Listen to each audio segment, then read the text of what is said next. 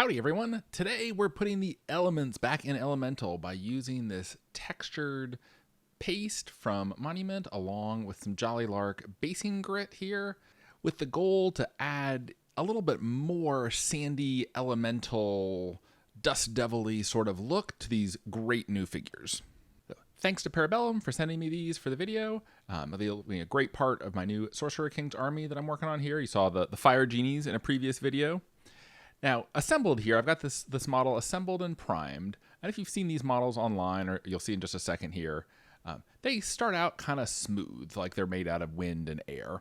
So I'm just going to take this kind of basic tacky glue. It's similar to a white glue, like something like Elmer's, but it's a little thicker and it doesn't run. It stays in place a little bit more. And I'm just going to use an old crappy brush to start putting little blobs of the tacky glue on top of the primer. When adding anything really, even if it's just paint, but when adding texture to a model, unless you're going to use super glue, it is still a good idea to put primer on the model first. You could do this maybe on the bare plastic with super glue, but super glue instantly hardens on brush bristles. It's hard to brush on super glue.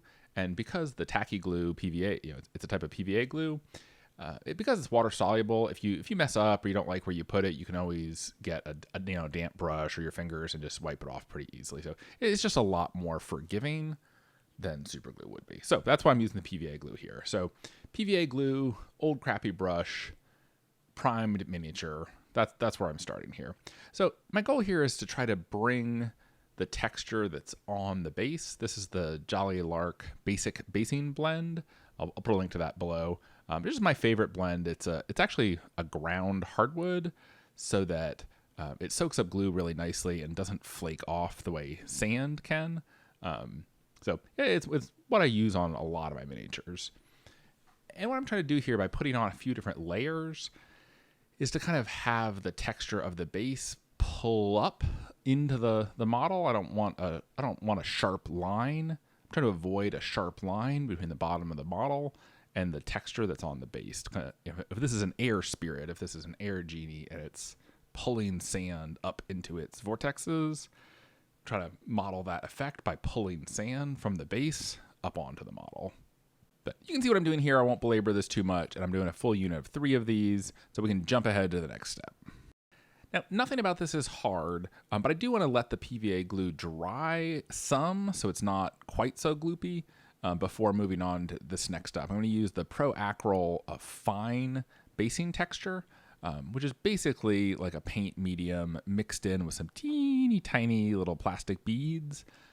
It's a nice kind of grungy, grubby texture. I don't tend to use it that often actually as the texture on my bases unless I'm going for like a muddy base, because the texture is fine enough that it doesn't pop quite as much. I like the little bit larger grain size of the Jolly Lark mix, or their coarse mix I like too for some things like rubble.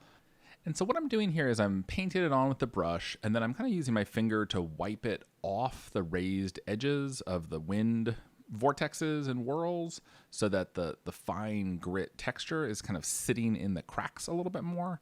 And my hope, I haven't done this before, my hope is that it'll get a little bit more texture into the model and not just look like smooth swirls, but still have the raised edges of the swirls be smooth so that I can put a nice bright highlight on those.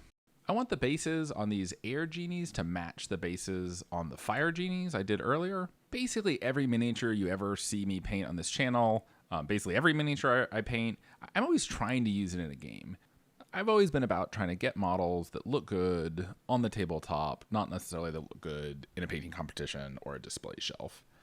And all I'm doing here, I'm going to skip past this in just a second. All I'm doing here is giving the entire model a nice solid base coat in the Vallejo Game Color Earth, which is the same color that I used as the base color on those fire genies I was holding up earlier and from my previous video.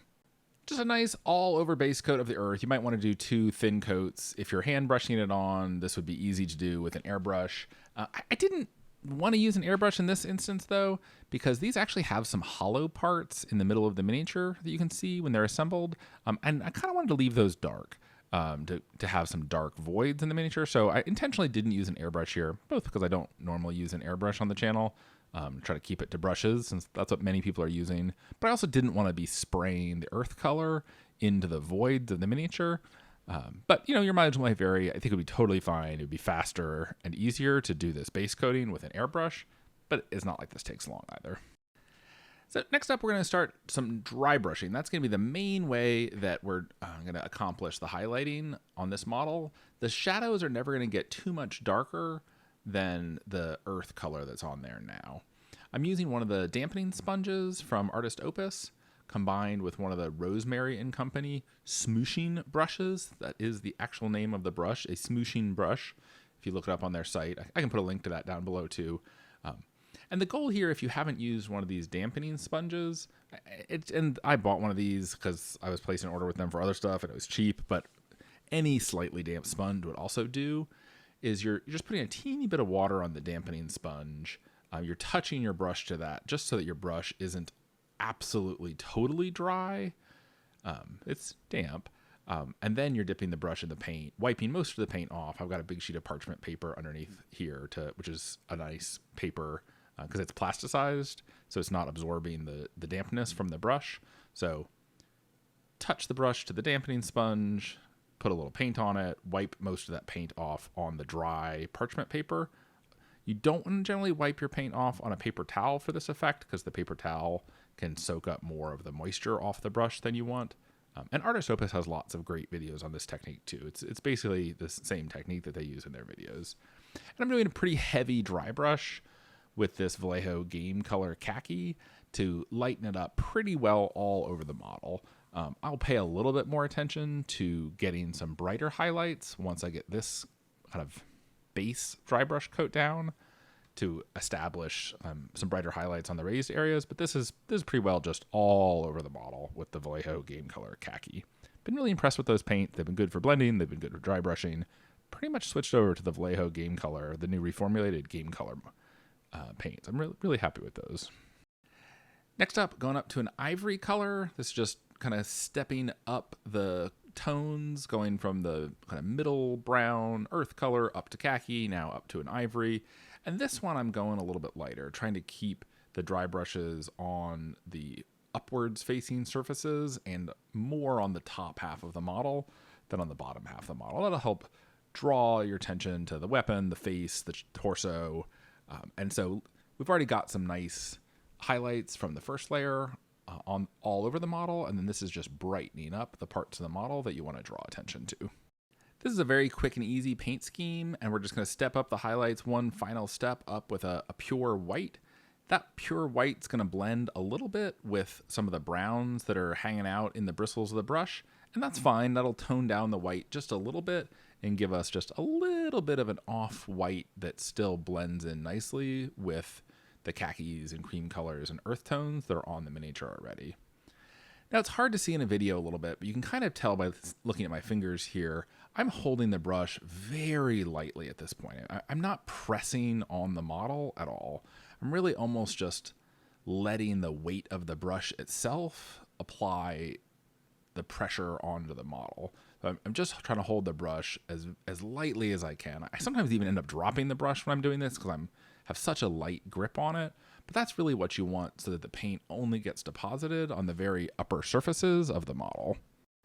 So with that, the elemental part of the painting is done, and I'm now going to go in and add a few other colors on some of the smaller details. Here I've got one of the Vallejo Dark Bronze, and I've sped up the video speed to triple speed so you can kind of see what I'm doing without laboring over it too much. And what I'm kind of trying to do with both the bronze and then later a little bit of the reds that I'll show you is add some color to the model kind of in the middle of the areas and on the edges, but still leaving that brown earth color kind of in the cracks as if everything's kind of dust coated.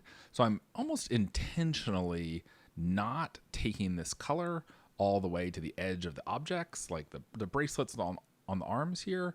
I'm kind of painting the raised areas with the dark bronze, but I'm leaving that brown earth color at the joint. So there's a little bit of the brown earth kind of spilling up onto the edge of the bracelets, if that makes sense. I'll show you with the red too. That it can kind of see it more there even. I'm painting like a dark red on the tassels of the halberd, and I'm trying to kind of get the red onto the raised areas of this tassel that have been dry brushed with the khaki and the white, and leave the brown earth kind of in the cracks and crevices.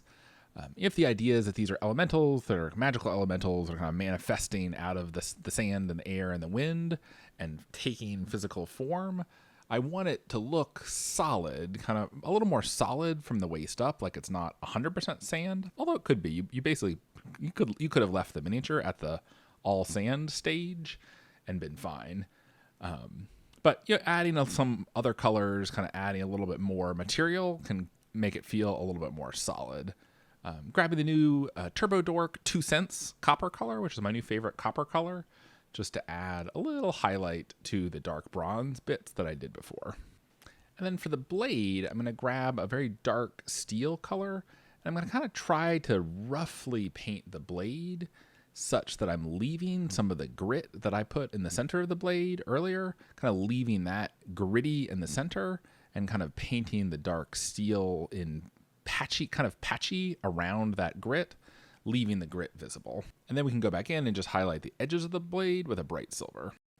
Now, to keep the highlight colors kind of coherent within the model, I'm going to mix my highlight color for the red tassel by taking some of the original dark red and adding in a little bit of the ivory color that we use as a dry brushed highlight to create kind of a creamy light burgundy to use on the raised bits of the tassel, and just kind of see how I'm kind of rubbing the side of the brush here to hit the raised edges of the tassel, rather than doing a more traditional dry brushing. That'll just kind of give nice solid lines to those hairy bits on the tassel. And you can do a couple stages of highlights right now while you have both those colors out, and you mix up one color that's a little lighter, add a little more ivory, and then add a little bit brighter highlight on top of that.